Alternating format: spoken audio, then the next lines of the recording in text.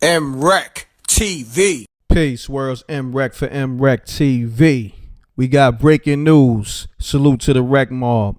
Diddy Mom, aka Janice Combs, reacts to the 50 Cent. Sean Combs, The Reckoning, on Netflix, the docuseries.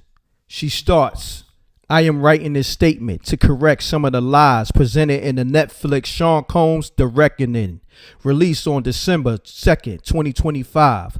These inaccuracies regarding my son Sean's upbringing and family life is intentionally done to mislead viewers and further harm our reputation. In this documentary, I am portrayed as an abusive parent. This is untrue. As I have stated previously, I was a single mother raising my son. I held 3 and even 4 jobs in an attempt to provide a comfortable upbringing and quality education for my child. I raised Sean with love and hard work, not abuse. The statement made by Mr. Tim Patterson about Sean's life regarding my relationship with my son is not truthful and salacious to promote the series.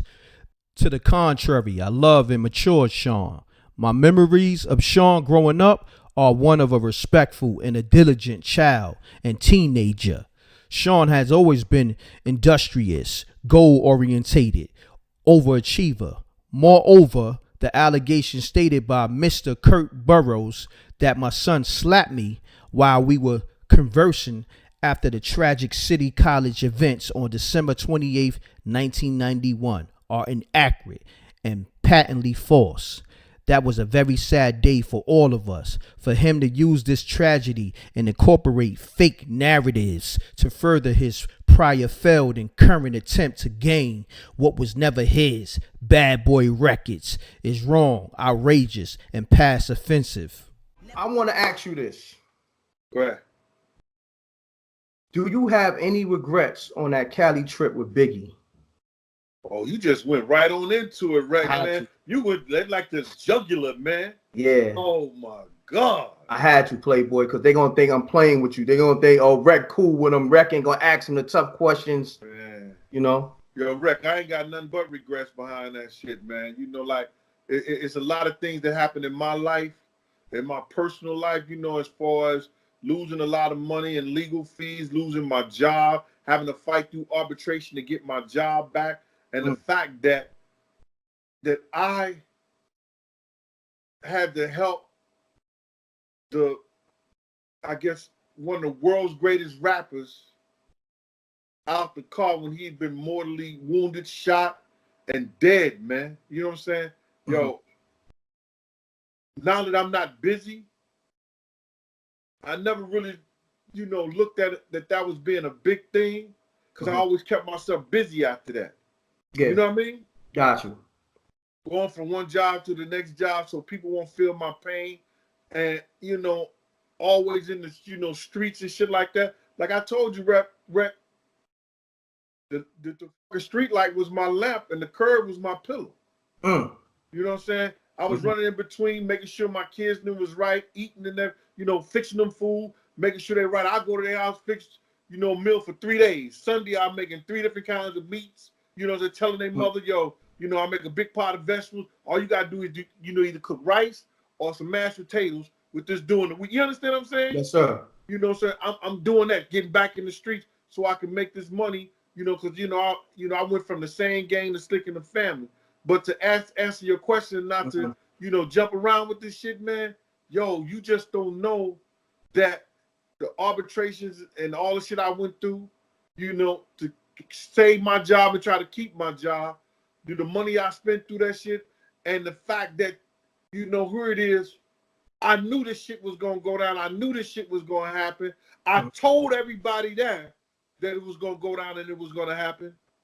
And I saw it happen. You know what I mean? Yeah, I got regrets, Rep. I got a lot of regrets. Now, in those regrets, what would you change if you could?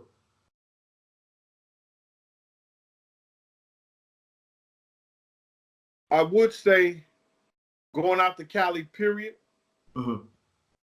But that night,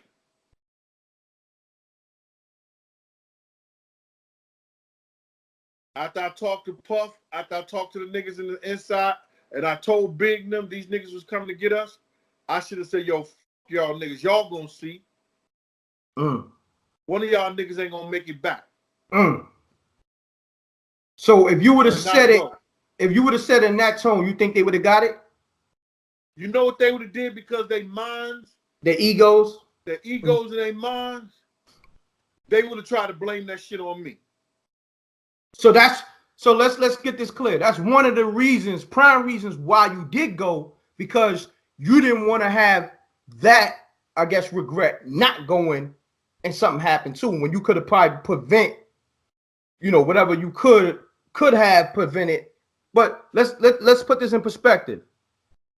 You did your job as Puff bodyguard because he's alive to this day. I don't think people got that. You was never Biggie security. Yo, you right about that, Reck, but that kid was still on my watch. And that's why I fucked up and I feel, yo, I ain't make a dime off of Big that weekend. But how you feel? He had his own personal security. Let me stop you there. Let me stop you there, because I think you letting it weigh too much on your heart, being at the fact that you was there, and at the same time, like you said, you wasn't assigned to Biggie. Yo, but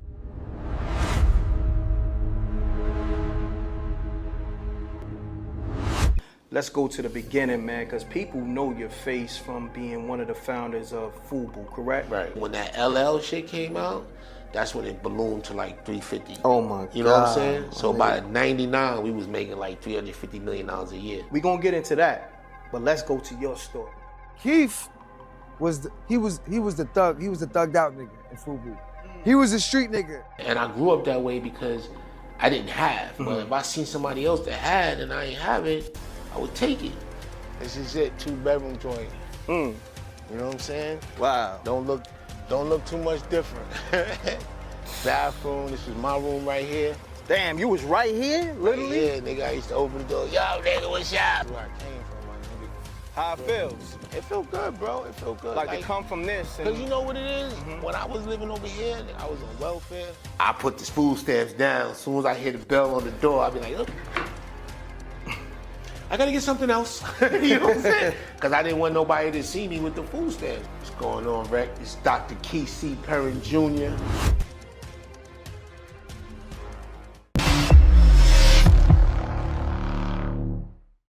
MRecktv.